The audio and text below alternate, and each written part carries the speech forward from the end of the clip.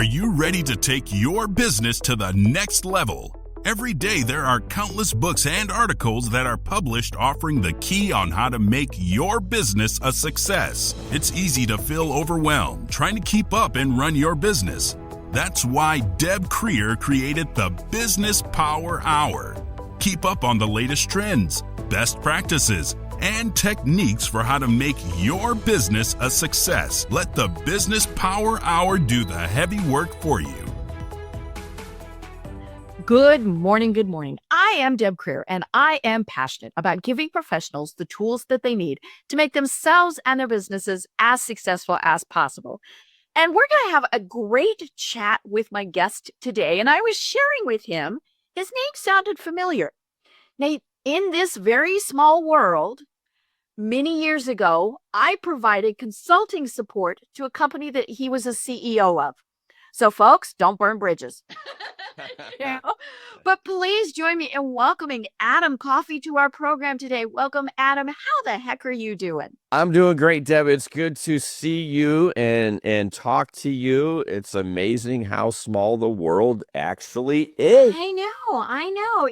And I really did have a great time working with, I didn't work directly with you because you were the CEO, but your team there was always wonderful. And I spent several years providing public relations. Kathy was amazing, and you worked with Kathy, and who was on my staff, and she's it was like 30 years she's been there. She has been. It's funny. I've seen her through, kids growing up, graduating, all sorts of things. But yeah, it really is a small world, and folks, thank you for being a part of my success over the years. I appreciate that. It was a very interesting company. We might talk a little bit more in detail about it, but I still get emails pertaining to it, all sorts of things.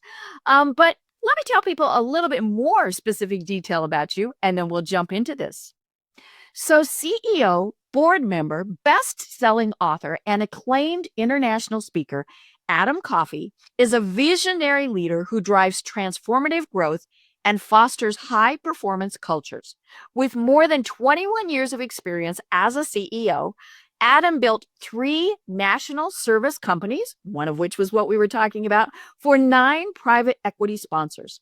He's completed 58 acquisitions, and his track record includes notable outcomes measured in billions. Yes, with a B, folks. Adam is a respected member to MBA candidates and a sought-after speaker at top business schools. He brings a diverse expertise from commercial and industrial service businesses, alongside being a licensed general contractor, a pilot, a former GE executive, and a U.S. Army veteran. As an author, Adam's books, The Private Equity Playbook, The Exit Strategy Playbook, and Empire Builder all became #1 Amazon bestsellers. He founded the CEO Advisory Guru in 2021, providing consulting services to private equity firms, their portfolio companies, and to founders seeking to scale, do M&A, and exit. So again, Adam, welcome. And first and foremost, thank you so much for your service to the country. Well, thank you. I always tell people, if not for me, young version of me, version 1.0, if not for that young man learning about teamwork, discipline, and leadership back in the military, I never hit, the CEO level later on in life, for sure. Yeah, and it is interesting because the military, whichever branch someone goes into, really is an incredible foundation for learning so many things. And I say that as a child of a veteran. I would tell you that today we have a term. The term is called servant leadership. And right. And the military has been cranking out servant leaders for hundreds of years. Mm-hmm. We just don't know what to call it. Now there's a title for it, but that's essentially what it is. Hey, follow me, take the hill. Let me show you how it's done.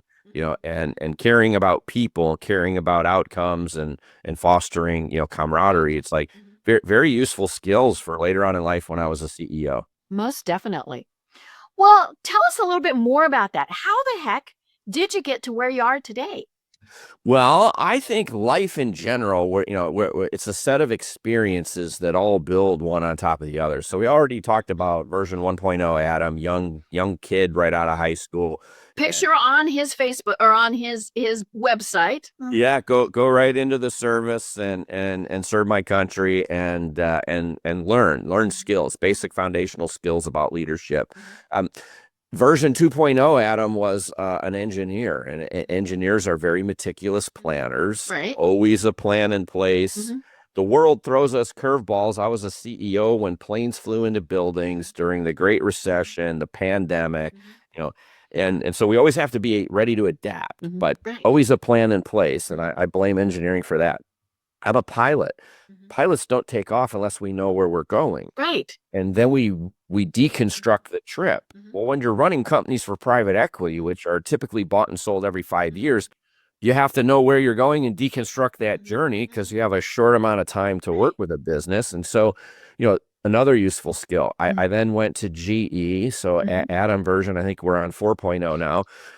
Goes to the world of Jack Welch. And at the time, tech doesn't exist. GE's the world's most admired company. Jack's the world's most admired CEO. It's #1 on the Fortune 500 list.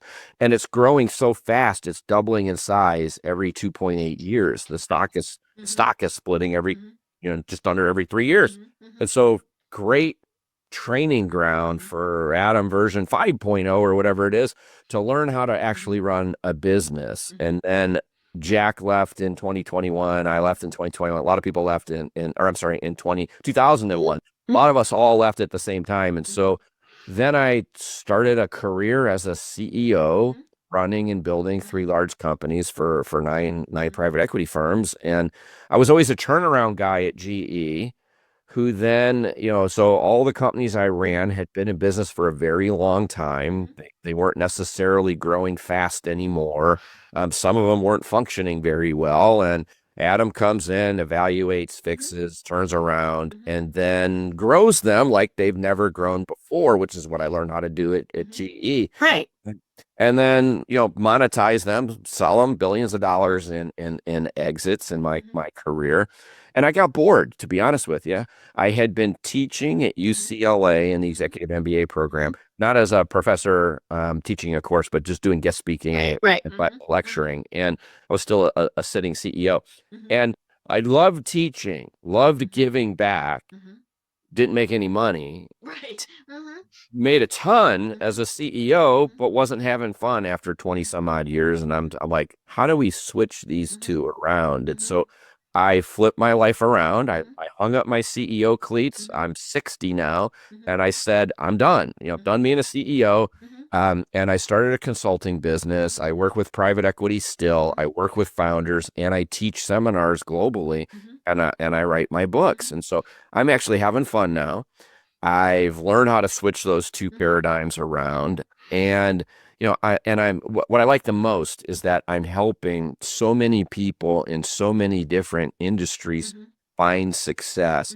I'm actually working more hours now than I ever did as a CEO, which I didn't think was possible, but it is. And but I'm having fun. So I re-energized my career and I said I'm going to spend the last 10 years of my working career doing this, helping entrepreneurs learn how to succeed. Right. I love that.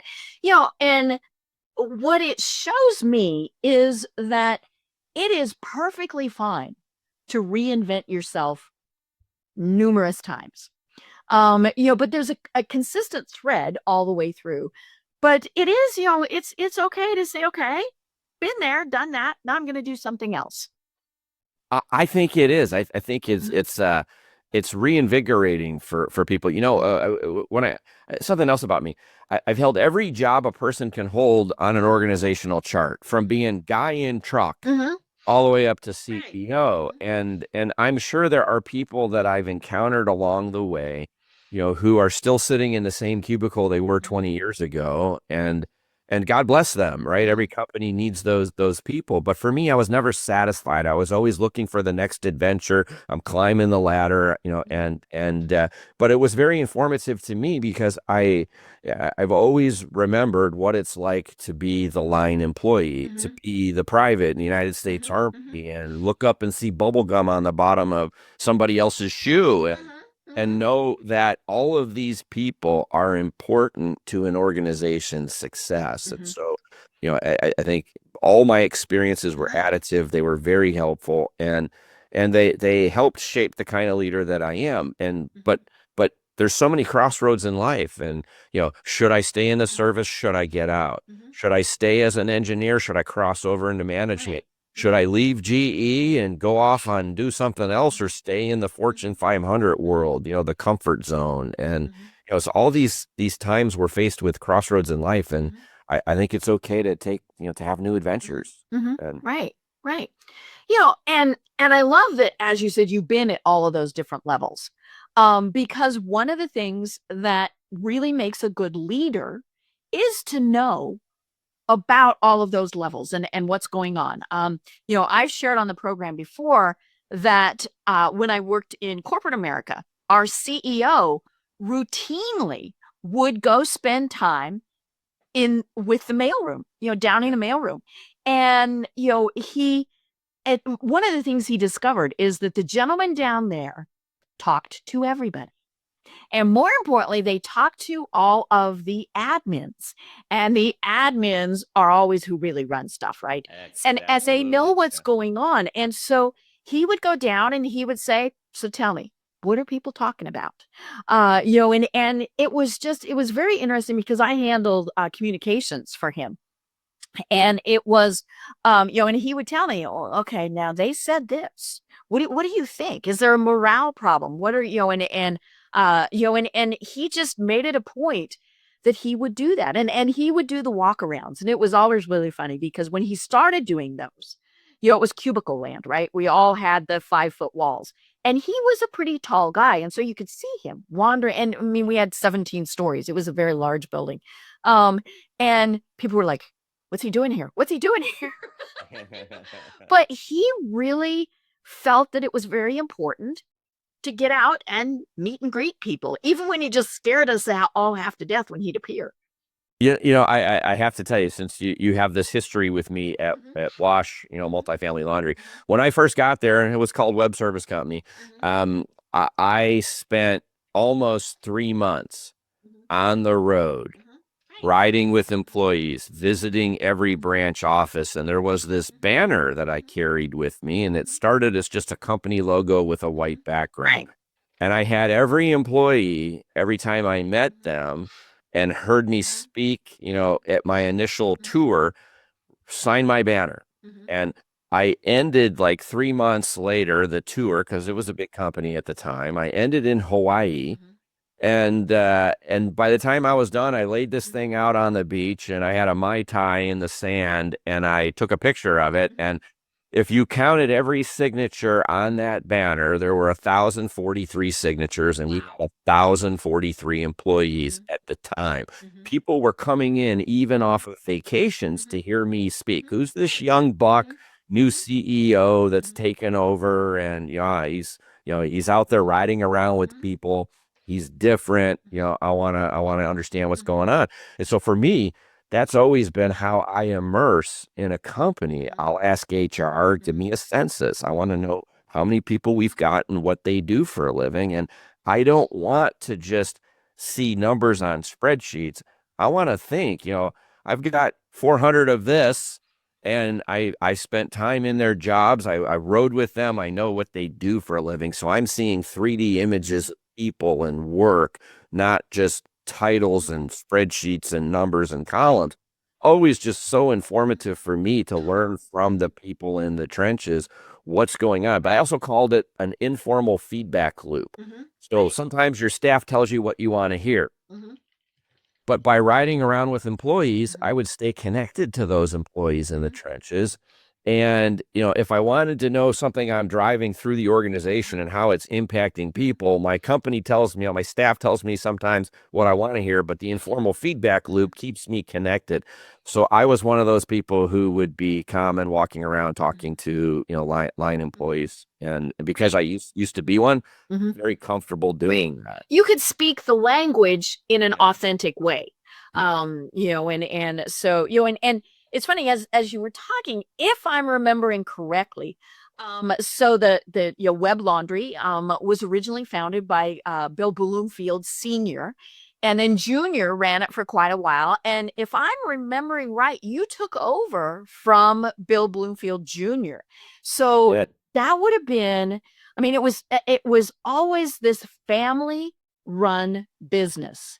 Always. There you were. And so I love that you made such an effort to go out and get to know everybody. And because the company was well run to begin with, it afforded me the luxury of time to actually take the time to go out and do that. I've had other companies where I've gone in and I had to do it much quicker because the company was turnaround. Right. That particular company wasn't as much a turnaround as it was let's learn how to scale and grow again, but very stable business. But yeah, Bill was instrumental in doing that. And here's a funny side note. So, I don't know about the funny part, but I met Bill Sr. For the first time at his funeral. Oh, yeah, I met Junior, of course, several times when I worked, but But the story behind that is Senior had a stroke or, had some health issues, and they didn't want him to stress over the fact that someone from outside the company was actually running the family business. And so they kind of hid me from him. And then, I met him at his funeral, I say that, and, and then eventually took over for Bill, for his son. And you know what, that was also an interesting dynamic for a lot of the small business owners out there who are listening. The first generation, the second generation was brought into the business, but Bill Jr., that the second generation didn't like how their life with their parents was colored by the business. Everything's always about business. Everything is, well, I would do it this way. Or so the third generation Senior had a pretty strong. He did. And the third generation was never really brought into the business with any intention of staying, because Bill Jr. wanted to make sure that his relationship with his kids was. Yeah, they went off and did other things. And they all became very successful, and they went and did other things, right? Exactly. So it's interesting sometimes. They say today that the second generation no longer wants to take over the first generation's business. Everybody wants to sit home and be a TikTok, millionaire.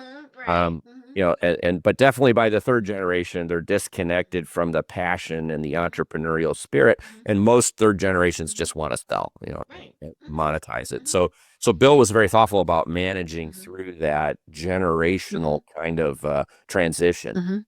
Right.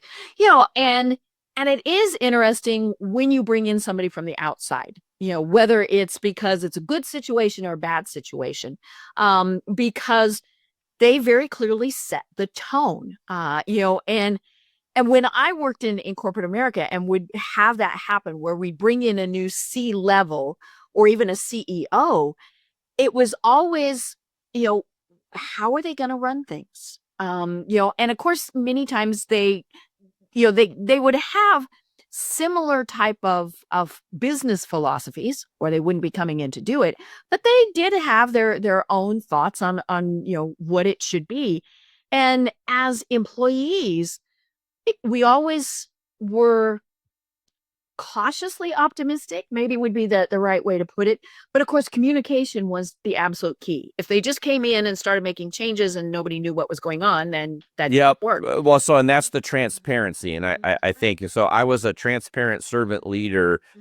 I would say back in a time where it wasn't popular or sexy. Right. And so, but that's the only way I knew how to do it. I was never the smartest person in the room, but I could articulate a vision, communicate it, and get people to buy into it. And so I was a very inspirational type leader. And to be that kind of leader, it required me to be in constant contact with the people, and to also be transparent about what's the journey, the what's in it for me kind of thing, the what's in it for the line employees, and And I was fortunate to be able to build some really great, powerful cultures where people ultimately learn how to thrive Right. and really excel. You know, and you were with Web for many years. I mean, it actually changed names during the process, as we were talking about. And so you were brought in, as you said, to take it to that next level. Yeah.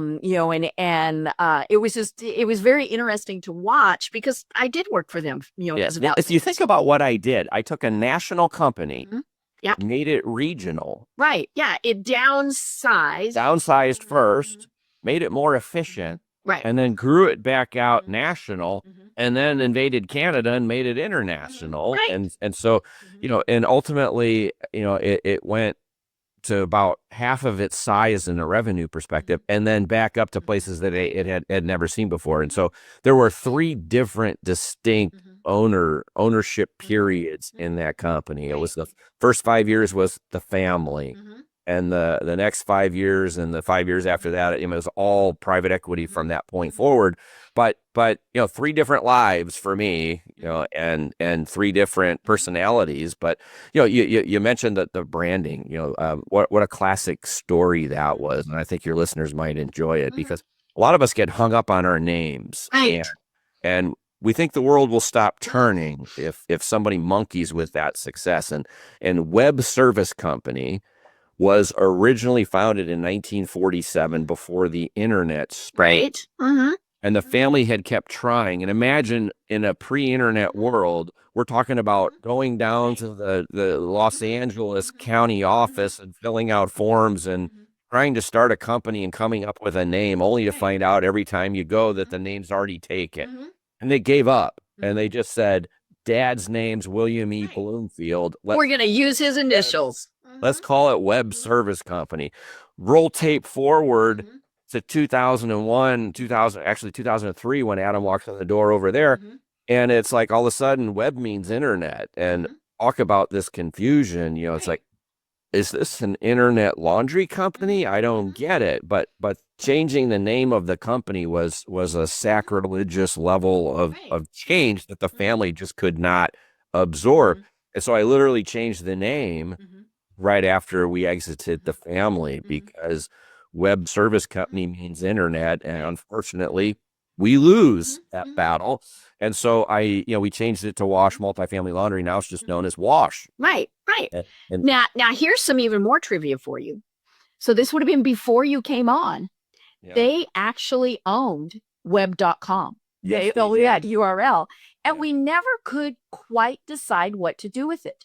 And it took them obviously a while to buy it and all sorts of things. And there were several different iterations because they wanted to actually use it in a different way than pertaining to the laundry company. But yeah, I remember, when we worked, it was like we with them owned web.com. And now that, of course, was an incredibly Yes. valuable URL. And I haven't looked at it recently to see what the heck it is now. And they turned it over quite a long time after they discovered, this is not a direction we want to go in. So, we're not going to do Yeah, sure, absolutely. So let me just give something a tidbit for your listeners out there that might enjoy this. So I bought 58 companies, that. and in being an M&A a person with a buy and build kind of background and working with private equity, one of the things that I have found is that it started with the Bloomfields. There is so much passion around company name Mhm. and the brand Mhm. that's created, and so you can't change the name of my company. It's Sammy. Sammy was the name of my dog, or Yes. well, Ah. it's Mhm. Joe's refrigeration, and Joe is my father, or it's Mhm. like, well, that's my mom's, or Mhm. my dad, or Mhm. it's like there's so much passion. It's like they're willing to sell their company Mhm. until you tell them I'm going to change the name of that Mhm. company. Like, Right. oh no, we can't Mhm. do that. And what I have also learned is that in most cases, unless you're Coca-Cola, the Mhm. brand equity that you develop, really is not as important as Right. people think. But Right. but I could lose a deal Mhm. if I wanted to make name an issue. So Mhm. people are very passionate Mhm. around branding Mhm. and the names of their small family businesses and the Right. companies that they start. And so if you're a buyer of companies, Mhm. you better get tuned into that really quick. And so what we started doing is what I call the endorser brand strategy, where where like let's say it's Wash Multifamily Laundry, we buy another company and it's Sammy's Laundromats. And so it's Sammy's Laundromats, a Wash Multifamily Laundry Right. company. So it's a co-brand type. Co-brand, associate brand, somewhere down the road, eventually the entrepreneur doesn't care, and you flip brands, and that's the common way to handle when you're buying multiple companies with multiple names, and so lesson to be learned, but great stories that we're uncovering here. Right. And it is something that we've talked about on the program, is the naming and the branding of your company, because we have, listeners who are just thinking of getting out and about. And so, how do you name it? Do you want it tied to your name forever? All sorts of things. And I remember, when I started my company, over 25 years ago, did I want it with my name, and all of those things. And I finally decided to name it Wise Women Communications.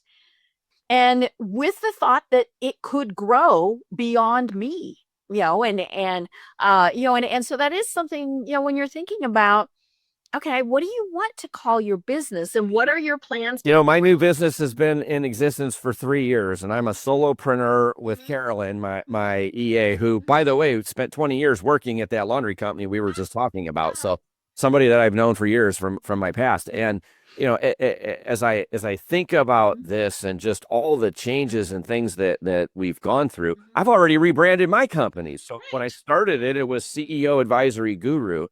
And I didn't know how uncool having guru in your name really was to this internet, generation and Instagram and TikTok and all that, because there's too many people selling themselves as gurus, right?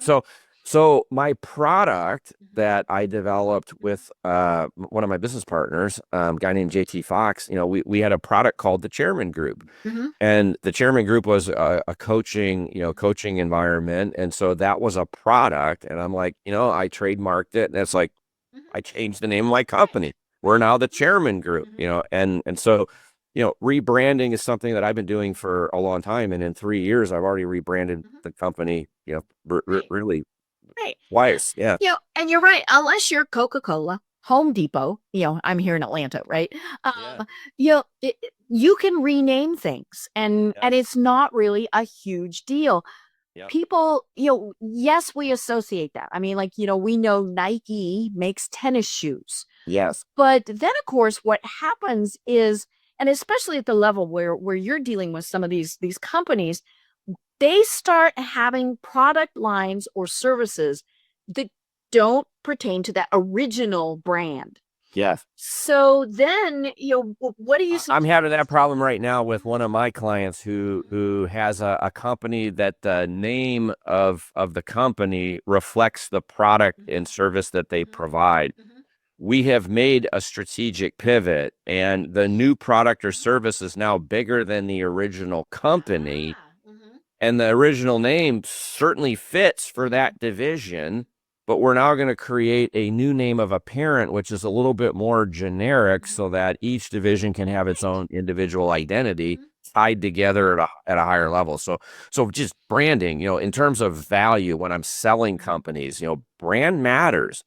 The imagery matters. And, buyers of companies are people. And although they may be evaluating financial statements and looking at multiples of earnings, it's like, I don't know if you remember that laundry company, but we built a beautiful high-rise headquarters that just, it just oozed culture.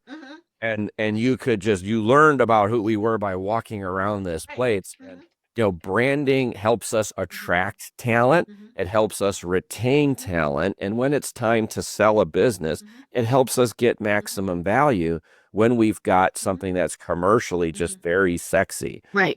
And it works. And, and so culture matters. And too many of you out there listening to this, when it's time to sell your companies, right now, baby boomers, of which I'm the youngest at age 60, there's the large transition of wealth as baby boomers are retiring and selling their businesses. The brand identities really add to the value of the business. And We want buyers to get excited about who we are so that they'll stretch farther, and say, geez, I want to own this company. I may be a private equity firm, but I want my shareholders, my investors to see this cool company that I better hurry up and buy it before somebody else does. and I better pay top market price before I lose this thing. And so branding is really important to hiring people, finding people, retaining talent, and also to exits and getting maximum value. Right. And I'm on the marketing side of things. And so one of the things that we always tell people is it has to be consistent branding. I went to somebody's Facebook page the other day and it had a totally different name than the company. Yeah. And so I kept thinking, are they the same? I think I've gone to the wrong place. And I was like, it's the same people. And it was just somebody, when they created the Facebook page, thought, oh, let's call it this. Yeah. Yeah. But it's important, as we've learned, for sure. Right. So I want to take a step back and I want to do just a basic definition because this is very important to a lot of this. What do you mean when you say private equity? Yeah, good question. So first, let me just say that when I started as CEO for the first time, so we're going back to the year 2001, we're 24 years in the rearview mirror from today. At that time, there was about 1,400 private equity firms and about 800 billion in assets under management. It was a thing, but it was a small thing. I didn't even know what private equity was when I started working for it, to be honest. I was chasing CEO title, and money and what have you. And so I didn't even know what it was back then. Roll tape forward to today. And it's a $7 trillion in assets under management industry. When I wrote the private equity playbook, my first book, it was 2019 when it came out. There was 2.83 trillion in assets under management, just in 2019. We're over 7 trillion today. Right. Today, there's tens of thousands of PE firms out there globally. And collectively, they are buying 50% of all companies bought and sold on the planet. So for entrepreneurs, even if you weren't planning on selling to private equity or it's because of private equity's activity that there is a market that's been created that we can sell our companies to. And so if I'm a dentist, instead of just bringing in a young dentist and then as I get old, I go out the left while they slide in the right and take over, instead of just that happening, I can actually now sell to the largest multi-billion-dollar dental roll-up on the planet, Heartland Dental, who's buying hundreds of practices a year, private equity back. I can't hide from private equity. I can't even go camping in Denali National Park by myself and spend 24 hours without seeing private equity because half the brands that I'm camping with are going to be owned by private equity. So it's everywhere. But yet, if I give a quiz, a basic 10-question multiple choice quiz to people at a seminar, I guarantee you 90% of the room will fail miserably because they really don't know what private equity is or how it works. Right. Everything we hear on TV is negative because everything we hear on TV, period, is negative. And so we don't understand it, but we better learn about it because it's everywhere. Right. So if you think about a mutual fund, I want to invest in a mutual fund. I go on my Charles Schwab account and I take a part of my money and I buy a mutual fund. And a mutual fund manager aggregates money from a bunch of people and they buy a basket of stocks. And I can be an investor today. I can sell tonight, sell tomorrow. I've got instant liquidity. Private equity is similar, but different. Minimum investment size, 5 million. 10 years is the length of time that I'm giving my money away and I'll have no liquidity. I can't bank on liquidity. So a fund lasts 10 years. It aggregates money from usually it's university endowments and it's private pension plans and public pension plans and wealthy individuals. I'm an investor in several. And so I commit capital. It's a 10-year fund life. They have 6 years to deploy their capital, buy a company, buy companies. And so I have to hold my money in reserve. And as they find stuff to buy, they'll call it. And I have to very quickly be able to send the money in. They put it to work. I have no liquidity, which means I can't put it in the stock market Mhm. where it would earn on average Mhm. 8% per year over a 30-year Mhm. period. I have to tie it up for 10 years because I'm hoping for a 16 to 20+% Mhm. return per year, and my prize for Mhm. not having liquidity is higher returns. Right. A big payoff at the end. Big payoff at the end. And so private equity has 6 years to buy companies. They typically buy anywhere from 8 to 16 companies per fund. They are an investor. They own a company. It's called a platform. And then they'll seek to grow that business organically, to improve margins, to Right. buy other smaller companies to add to it. That's called the buy and build strategy. And ultimately, after owning it on average for about 5 years per company, they'll sell it and return the capital to their investors. It's a large pile of private money that is buying companies, growing them, and selling them by program. And they sometimes specialize in different industries. You'll find people that are real estate funds, Right. or healthcare funds, or their business services funds, or financial services. And so they're buying companies in a specific industry, and they're a pool of capital. They are actually the world's largest non-bank lender of money. Wow. They also have debt funds, and so trillions of dollars in private equity capital is used for debt funds. We've all heard of venture capital. Venture capital is sexy. That's Angels, right? yeah, but venture capital tends to be generally, that's another type of private equity. Okay. And so small subset, of the private equity world, and so it's permeated everywhere. And so I've been spending like the last 5 or 6 years trying to educate business owners about it, because it's impacting their lives. It's impacting their ability to borrow money and to build companies and sell companies to generate wealth for their families. And so we need to learn about it in order to work with it. And I say to kind of work within its framework and kind of take advantage of its natural activities, and in order to generate wealth for our families. Right. And it is obviously a way to grow your company. So, maybe you want to stay with your company, but you're ready for it to grow. So you need to take it to that next level. Or maybe you want completely out, right? Like we were saying. Yeah. And so there's, several, there's multiple reasons why someone is going to, at least, look at being purchased by private equity. And let me tell you something. So I write monthly for Forbes. And I worry about entrepreneurs that I work with, and I worry about them having too much risk inside their company. And using private equity can create a hedge against risk. And so I created this thing I call the rule of 130. So if you take your age as a 2-digit number, I'm 60. And then most business owners, if you ask them what percentage of your net worth is tied up in this illiquid thing known as your company, and most of the entrepreneurs that I work with, it's a big number. It's like 80+% of their net worth is tied up in this illiquid asset known as their company. And so if you're 60 and 60 and 80%, 80, add those two numbers together is tied up, that's 140. And so the rule of 130 that I created says if the number is higher than 130, you have too much risk. Right. Your business. If your company goes under, you are personally going to go under. And so many entrepreneurs out there think bad things don't happen to me. I run a good company. And boy, I can tell you stories all day long. I'm working right now with a roll-up, a business owner in the United Kingdom, so in the UK, and they're buying and collecting and rolling up machining companies that do machine services, 5-axis CNC milling. And their largest client was a company in Russia.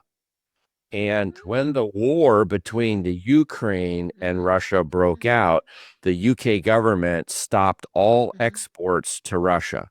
Right. And so my client lost like 40% of their revenue. No fault of their own, great company.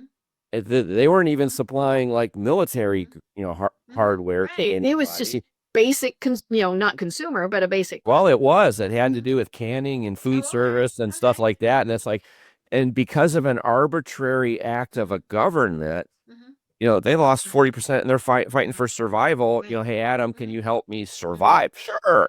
But bad things happen every day. You think about COVID and the pandemic. Right. And now, of course, we've got tariffs. Sure. And so the point, and it seems to me at least that the world's getting more volatile. It's like these incidents are happening. I could talk about, 2001 was, 9/11. So planes flying into Right. And that seems to have kind of started all of this. And then you had the Great Recession in 08, 09. And it's like, so things are happening, but the frequency is starting to get more compacted. Right. So I worry about entrepreneurs having too much risk in their business. And so you don't have to leave your company to sell to private equity. Right. You can still run it. You can still run it, be a rollover investor, only now you're a minority shareholder. And I'm now working with a partner who can fire me, by the way, if I don't do a good job. I have a boss, but they're backing me is what they really want to do. So I can diversify, get some assets off the table. And now if I recalculate, let's say I sell my company and I take 70% of the value out and I roll 30% forward. So now I do my calculus. I'm 60, but now 70% of my net worth is outside the company. Only 30% is in. 60 plus 30 is 90. Right. Under 130, therefore, I have an acceptable amount of risk. And so I can double down, keep having fun, but now I'm investing other people's money. Right. Still skin in the game. And in 5 years, when they sell it, I'm going to get another payday. And so I teach entrepreneurs, why sell a great company once when you can sell it twice? You don't have to leave. You can stay. And so we can use private equity as a tool for our own, asset and wealth diversification. Right. So say you've got a company, you've got Sanford and Son, right? Most people aren't going to get that, but it's a big one. Yeah. But yeah, so you got Sanford and Son, and Son doesn't want to be part of Sanford. So Sanford is thinking, okay, this is a good business. It needs to continue. Yes. How do they go about even finding someone who is going to say, we're interested in you? Yeah. So hopefully the first generation is still living and recognizes that next generation doesn't want to or isn't going to take this company forward. I want to engineer an exit. And I don't do that. I don't wake up today and say, today's the day I'm going to sell my company. Right. I wrote this book up there. It's called The Exit Strategy Playbook. And so, preparing for exit, I have entrepreneurs reach out to me all the time. And I've helped entrepreneurs over the last 3 years. I've been doing this. I've got 500 million in entrepreneur exits, under my belt, helping them as an exit Sherpa. But it takes planning. It's like, we don't just wake up today and say, I'm going to sell my company, or my phone rang and it was a private equity buyer. That happens fairly frequently right now. That doesn't mean it's the right buyer. Right. They're going to pay me the right value or right price. I need to prepare my company. I need to clean up my bad habits. My financial statements need to be in order. First thing they're going to do is ask me for 3 years worth of income statements, balance sheets. I have to have a story, a growth story. And what is that story? Right. Because they don't want to buy a failing company. No. Unless they're just going to piece it out, right? Something else that happens, Deb, too often is that as entrepreneurs getting older, they recognize that there's a high level of risk in their business and they've got too much wealth tied up in it. So they get conservative all of a sudden and they stop investing in growth. They stop making growth-oriented decisions. So then the value goes down. That exactly. Then when they try to sell in 2 or 3 years, from then it's like, well, the growth that I used to have is now plateaued, might even be shrinking a little bit. And so I'm not going to get the right kind of value from the company. And so I want to build a company that's growing and it's growing revenue, it's growing earnings. And as I'm getting bigger, I'm looking better. And it's like, and I want to engineer that exit in advance. And I tell people the perfect time frame is 2 to 3 years in advance. I start preparing for sale. Right. But you can do it in 6 months, but you have to live with what has happened in the previous couple of years.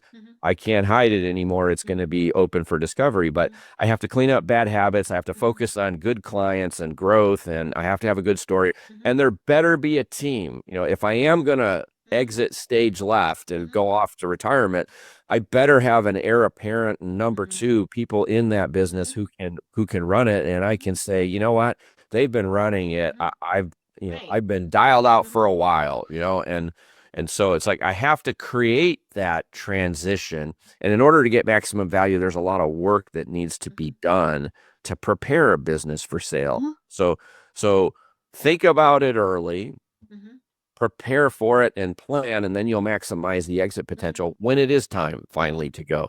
And if you're young and you're just failing the rule of 130 and you want to keep going, my brother and I own an insurance agency together.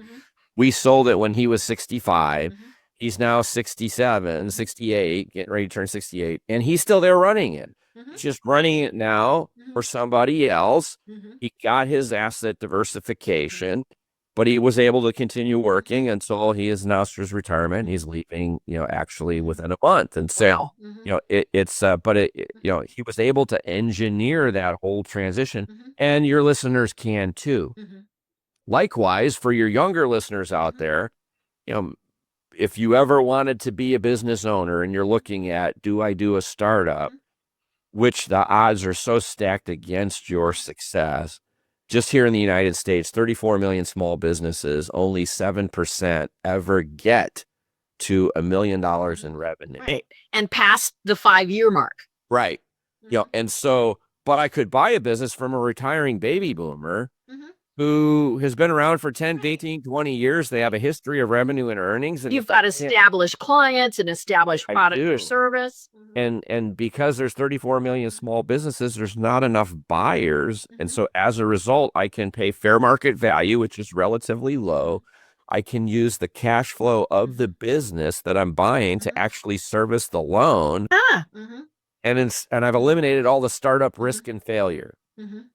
And so buying a business from a retiree, someone who's looking to retire or exit, can be a great way for a younger entrepreneur that's listening to this to actually establish themselves as a business owner. And I'm seeing a lot of that. I speak at a lot of top universities, executive MBA programs, and there's a lot of young up and coming executives who are all looking for a transition from, call it, big company to small business ownership, recognizing that true wealth comes from a K1, not a W2. It comes from owning a business, not being an employee working for a company. Right. Yeah, and it's funny because like my dentist is doing that right now. You mentioned dentist, and I kind of had to laugh because, it's been an established dental practice for quite a long time. And they decided that they wanted to spend more time with their kids who are in high school. And so, they found another young couple, and they're in the process of transitioning them to buy the business, and it's so interesting because, the new dentists, I've met them, all of those things. There's already that existing business, the existing clients, I don't care who's gonna, that's the place I go, right? That's where my dentist is. It's like, oh, different person today. It doesn't really matter that much to me. But more importantly, I don't want to have to find somebody new. So that's why I'm going to stay there. And so, yeah, I mean, and normally they work side by side for a couple of years, and it's a slow transition of that client base. So they like, as the last time I was in, former dentist, she's only working like 1 day a week, right? She introduced me to the new ones and, all sorts of things. So yeah, when it's time to actually switch, it'll be painless for me. And that's the thing is, and we all love easy, right? So, and it's funny because my husband actually goes to the same dentist, and we had not planned that. It just worked out that way. And we were both like, are we going to have to get new dentists? Ew. And so, yeah, just to know from the consumer's point, there's really no change. Are they going to change the name? Yes, because it is, it was it was their last name. And so that's going to be interesting to see what they change it to. But yeah, it's, and that's kind of, we've been talking about this. That's what you're having to think about this whole time. The people who pay you money, how are you going to make it for them? Yes, absolutely. And so as a consultant, my goal and objective, after being a senior executive for 30 plus years now, and building companies and running companies, I like to think of myself, if I go back to the cartoon days on Saturday morning when I was a kid, it's like, it's like Wile E. Coyote. And it's like, I'm trying to help, they're walking about ready to fall off the cliff, and I just kind of pick them up and help them over the chasm. You take the anchor away, or And they don't even know what happened. It's like, but I avoid the pitfalls for them. So, the reason why I become sage in my old age is simply because I've already made every mistake a person You've can make. seen there, been there, done And that. bought and sell companies, in by the dozens. And as a result of that, I am kind of a Sherpa. If you think about people climbing Mount Everest, so a Sherpa carries their packs. And then the last day, the group goes up to the top of the mountain, stays for a few minutes, and then comes back Takes down. pictures, their selfies. Yeah, it takes their, so they're the heroes. They went to the top of Mount Everest. Well, the Sherpa climbs Mount Everest every day, and tries to help them avoid the pitfalls, of climbing Mount Everest. And so I'm the Sherpa for people who are looking to exit or build their businesses. I'm a turnaround guy. How do I troubleshoot a business that's not working? What are the different levers that I use to scale and get a business to grow at a newer, higher pace? These are the kinds of things that I'm doing, that I love doing. And so what I got bored with was the day-to-day execution, of a strategy, one company. What I love is I'm working with 71 founder-led companies in dozens of industries. And I'm helping them with strategy. So the two of us together, they know their industry, and I know how to grow, how to fix, grow, fail, and exit businesses. And we work together to try to get them further along in a much faster pace. And one of my early success stories is a company I started working with, and he had less than 2 million in earnings when I started working with him.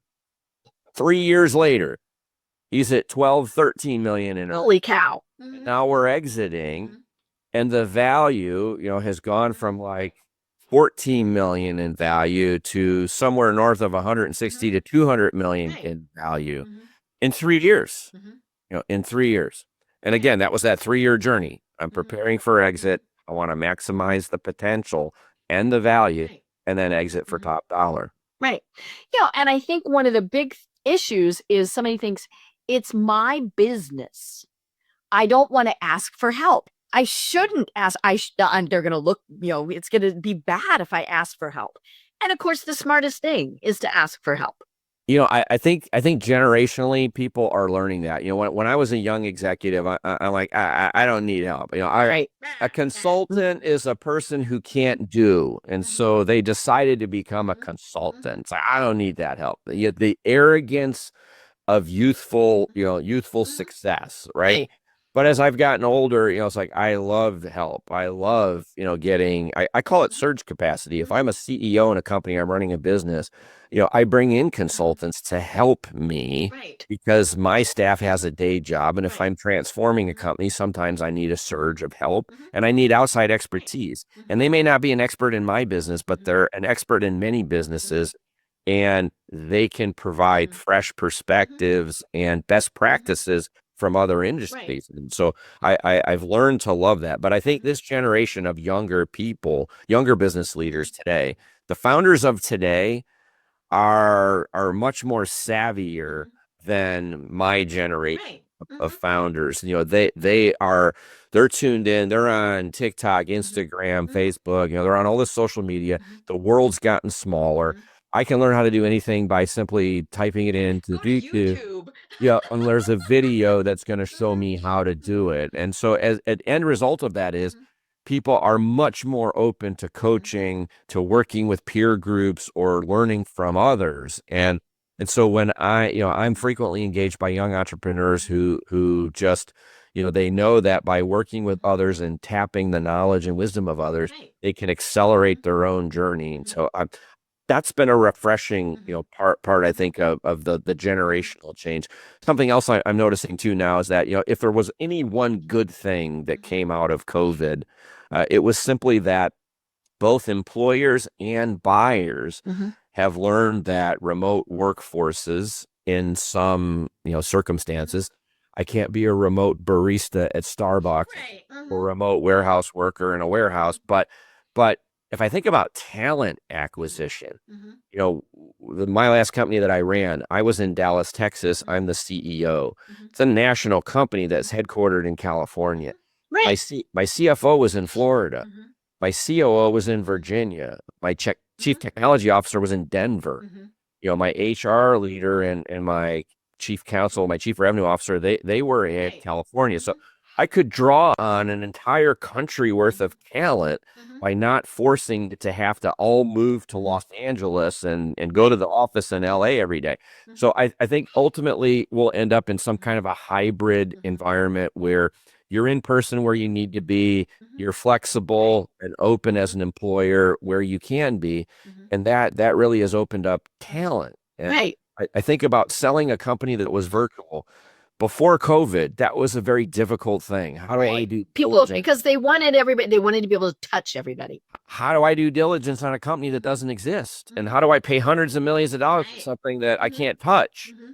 But because of COVID now, it's accepted practice that there is such a thing as virtual companies, which has really opened up the world. Let me give you one more generational example just for fun. Accounting. I'm doing 3 roll-ups in the accounting space. Old generation accountants, 60s, 70s, bricks and mortar location. All their clients live within about a 50-mile radius. Brought their stuff in boxes. And it's like, that's my world. Younger generation of accountants, virtual, clients all over the place, and their presence can be anywhere. And so if I'm doing bookkeeping, I could be logged on to QuickBooks of any company anywhere in the world that I can help them with bookkeeping. And so I'm seeing generational differences. I'm seeing, different habits, based on generations, but somewhere in melding all that together, that's where skill sets like mine and yours, and helping, in this new generation that's open to coaching and mentoring, it's created a very fertile environment for people like me to be successful, helping them be successful. Right. And as you said, what it's doing is we're able to find the best candidates. And I get it that, being in an office and having the camaraderie and all of those things is a good thing. I miss being in with other people. Now, I've had my own business where I've been, independent for 25 years at least. I still miss being with people. But yeah, the VA that my producer for this podcast, she's in New Jersey. We've worked together for 4 or 5 years.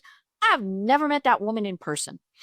But we don't need to because of technology. I taught a seminar over the weekend, and a bunch of my clients came. It's the first time I had met my clients in person, and so, we live in a different world today. Right. Well, oh my gosh, Adam, this really has been so much fun. I think it's definitely something that so many people are probably thinking, wow, I need to know more. So how do they find you, and what are the services that you provide? So my books are available on Amazon, and so if I ask my clients, how did you hear about me or find me? It's like, hey, I read your books. I saw you on a podcast just like this one. And then they come to me on LinkedIn. LinkedIn, you'll find me. We'll have a link to your LinkedIn in the show notes. I'm on all social media platforms, but I'm most active on LinkedIn. And when you reach out to me, you actually get me. I don't have, my EA in my social media account. It's me managing it. And so, people tend to find me in those ways. And I would say that's the easiest way to connect with me. Obviously, I've got websites too, and people can go there and engage. Chairmangroup.us, AdamECoffey.com. I'm an author, I'm a business owner, I'm a coach, a mentor. And so I teach seminars globally, and people come see me. I just finished one this weekend in Dallas. I've got a huge one coming up in August. JT Fox and I are doing an event. I think we have 700 people already signed up for that one. It's in August in Sydney, Australia. And traveling the world, doing seminars, doing stuff like that. And, services, I try to, I provide education. I help them with strategy. I help them with tactical execution. I help them fix broken companies, scale companies, exit companies. And so I work with private equity, I work with founders, I teach. Those are kind of my the three things that I do. And I'm enjoying it, and I'm fortunate and blessed to have clients on 5 continents. I love it. I love it. Well, we definitely need to catch up again, more than every 20 years, right? And so, but until then, do you have any final thoughts that you want to leave everyone with? Yes, exceptional outcomes can happen to anybody. Look in the mirror. Why not you? Why not you? Most of the people listening to this podcast are business owners, small business owners. These are people who had a vision, they had a dream, and they're living that dream in some, at some level of success. I have friends who are billionaires. I'm around people, and as I get to know people who are very, very successful, and I look at them and I sit in their houses, and I'm looking at them thinking, the wallpaper's got curls in it. It needs to be repainted. That drape is kind of old. And I'm thinking, you know what? Successful people are ordinary people too. The difference is that, you in life, you can be a dreamer who talks about it, or you can be a doer. So many people are afraid of getting knocked down, and they're afraid of failure. And they need to try. They need to get in the game. You need to be a doer, not a dreamer. You have to believe that exceptional things can happen to you. Success starts in your mind. The rest is just learning the traits, the journey, learning the what to do. But so many people are handcuffed by being afraid of trying to do. And so, exceptional outcomes happen. They can happen to you. Oh my gosh, this has been so much fun. I'm Deb Creer. I've been speaking with Adam Coffey of the Chairman Group. He's an author, all sorts of other great things. And until next time, everyone have a great day. Tune in for our next program for even more trends, best practices, and techniques for how to make your business a success. The Business Power Hour, hosted by Deb Creer, is proud to be part of the C-Suite Network.